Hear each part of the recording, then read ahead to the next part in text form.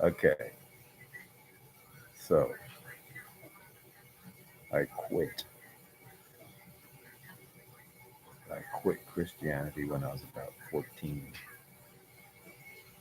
because I could feel that there was something fake, something missing, something wrong.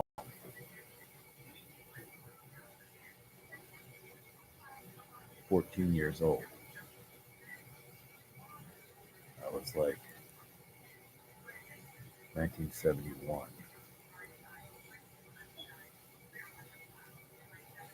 1994. I was 37.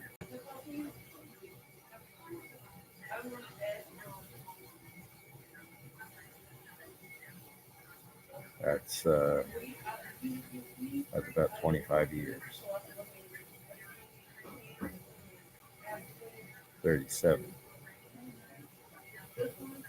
My mind was shocked by one piece of information.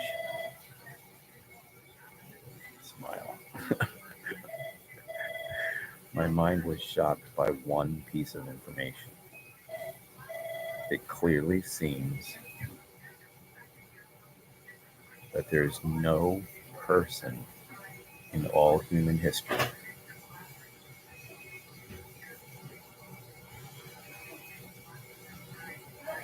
who has the completely bizarre reality of 2 to 300 individual predictions set in writings,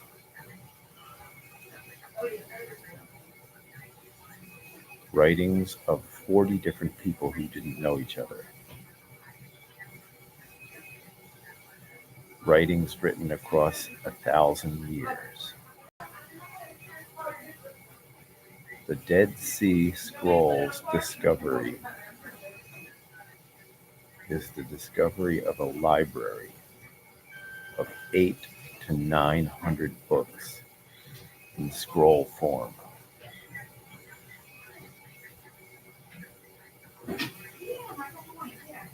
Books that had actually been preserved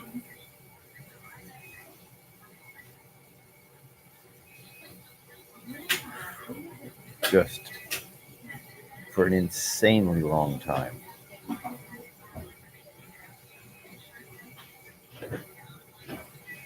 Books realistically documented as being from 250 years BC, some of them.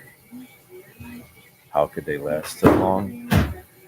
They take these scrolls and they put them inside of a gigantic, tall clay jar. The inside of the jar is glazed.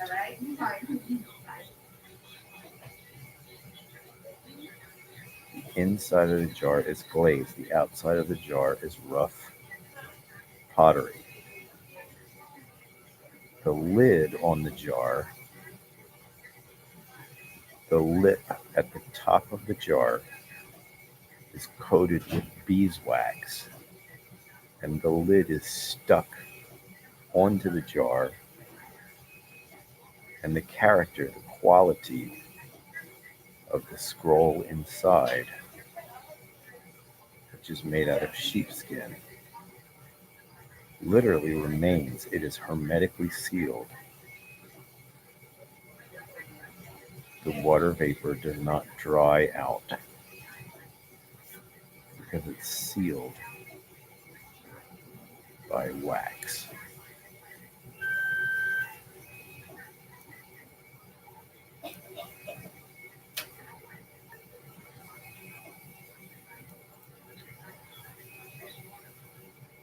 The Dead Sea Scrolls discovery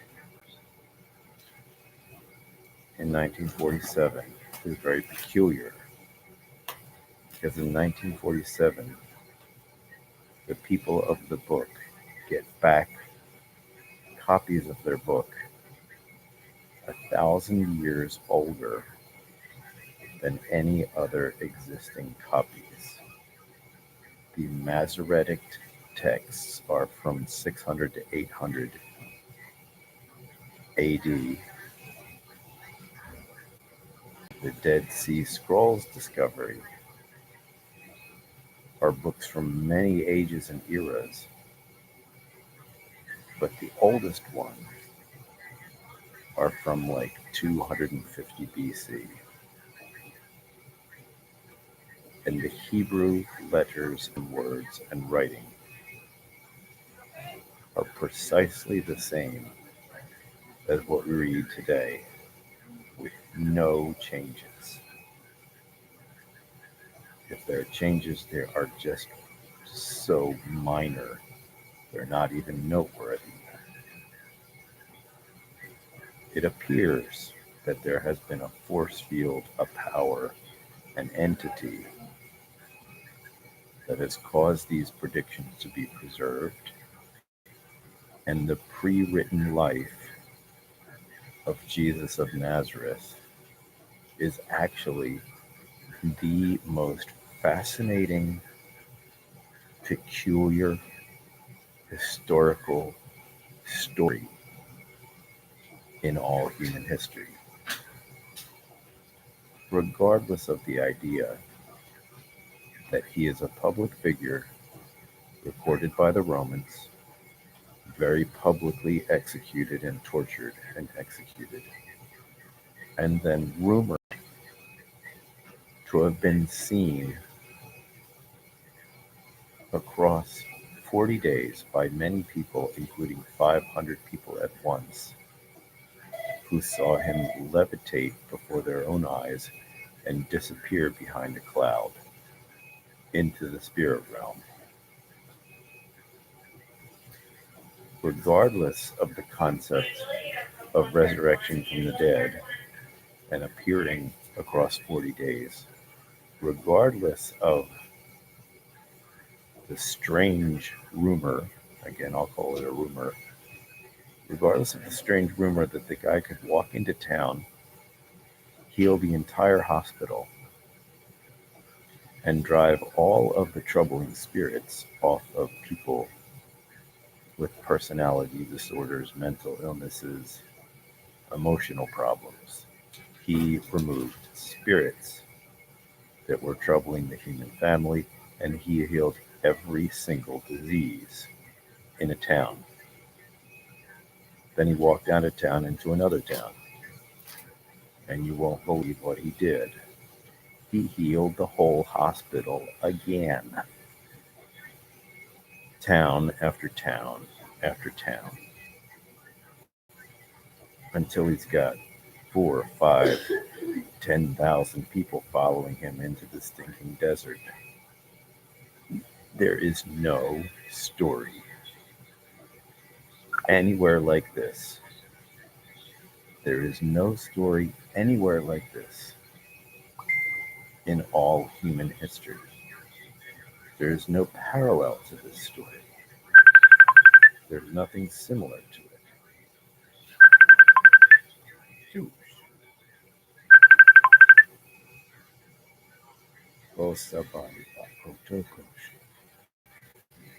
It's remarkable. It's amazing. It smacked me up and transformed my way of thinking. I had departed from Christianity when I was 14, spitting nasty, negative hate towards the whole bundle. Why? Because it was full of lies. But now,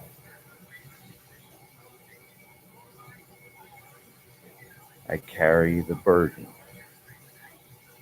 and the hate that I used to spit on others. It's a difficult life, but I can't throw away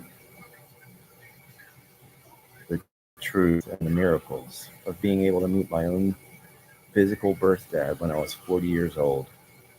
An impossible thing. My mother didn't even know who the father is. remarkable things. Me and two other funky guys speaking cleansing in the spiritual realm, and an enormous bundle of cancer disappears. Freaks the doctors out. My heaven language is overheard in Arabic once and in Farsi twice. How do you know this Arabic? Such wise word. How you know this word? I said, Abdul. I don't know what I'm saying. It's just the Jesus language.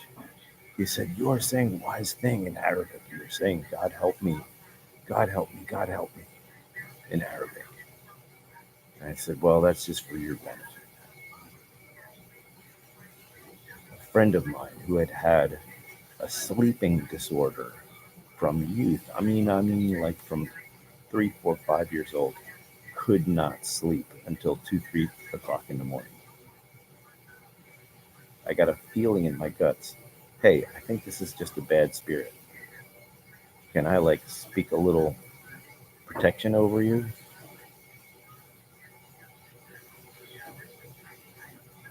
I barely knew this person. She came back a couple months later and she said, hey, my sleep miracle is still sticking. My whole family is amazed that I can sleep whenever I want to.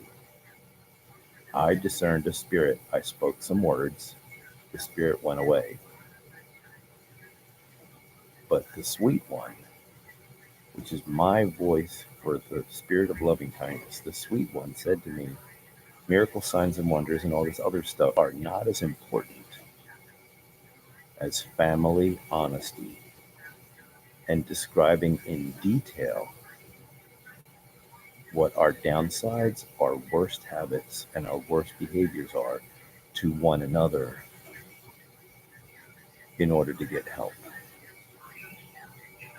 That's my life. I want to sit with the most smacked up people because everybody else is too comfortable to even be concerned. I prefer to hang out with families with addicted loved ones who are convinced that their loved ones are going to be found dead or locked up again or hurting people and stealing things just to stay high.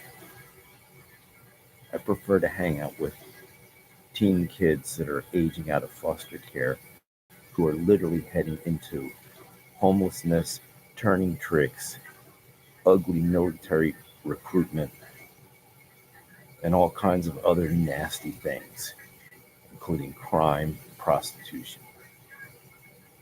I prefer to spend my time with people who are really, really suffering and not all comfortable. Because the comfortable people are not really concerned enough to even listen to truth. So it's a lonely life. I remember you as a friend on the dance floor, just a great person, telling stories together. I remember all my friends in wonderful ways, but I am alone, and I am lonely, and I am cold shouldered, and I am rejected. And in this bizarre season, the painful things that I've learned are finally becoming useful. I'm working on a book title, Coronavirus Christianity: How to Survive. And it starts out with all the ugly crap of Christianity and all the ugly crap that's going on behind the scenes in the world, and the fact that we're a little family and we need to figure out what the heck to do. Please, Robert, send me some good energy. You're one of the most important people in my entire human life. For obvious reasons. Please send me some good energy. Because I'm so damned alone. And I want to be a protection and an encouragement to those people, those two people that you care about and I care about. I don't give a crap what happens to me. I don't want stuff for myself. I just want my human family to be okay and safe. Because it is written, the whole universe, the whole cosmos is so screwed up that it and the whole human family will be destroyed by fire and reformed.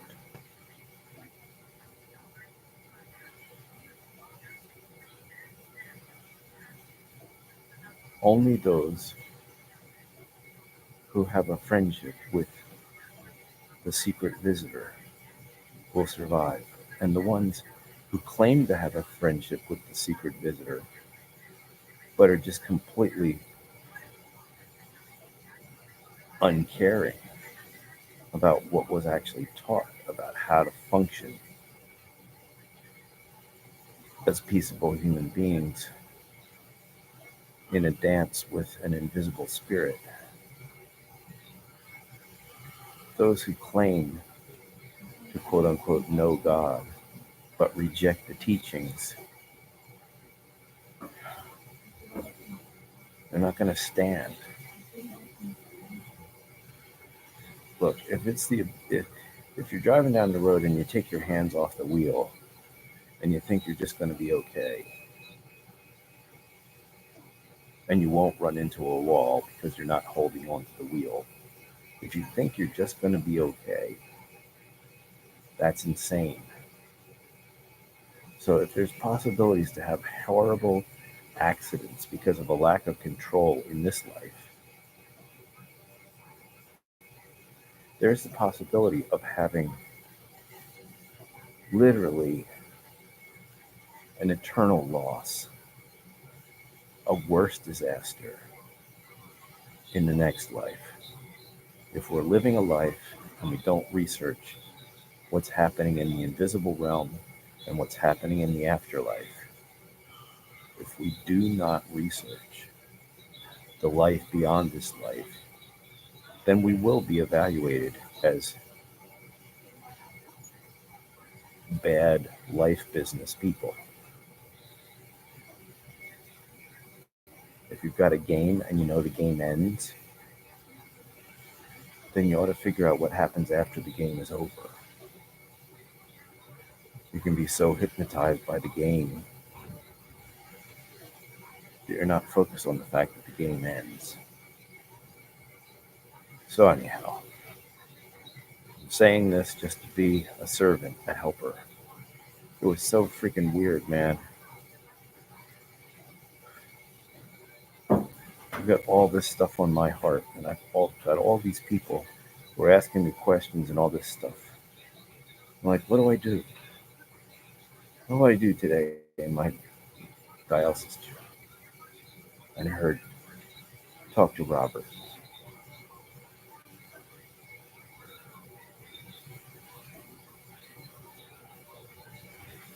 I am one of those born agains slandered by the world.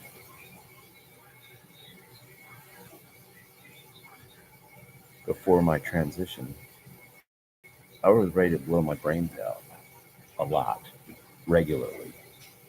Now I want to live 3 more lifetimes because I know how to encourage people and bring some joy. And I want to try to bring you some joy. And I wish you were part of my life and part of my team because I like you. You're a thinker and you're a voice. You're a harmonizer. You're a musician. So anyway, I'm just waving hello. And all this mask stuff is such a drag. I'm like, I can't see anybody smiling in my room. Somebody paint a smile on me. So one of the techs actually painted this thing on my mask. So do what you can with what you have and where you are. All the best.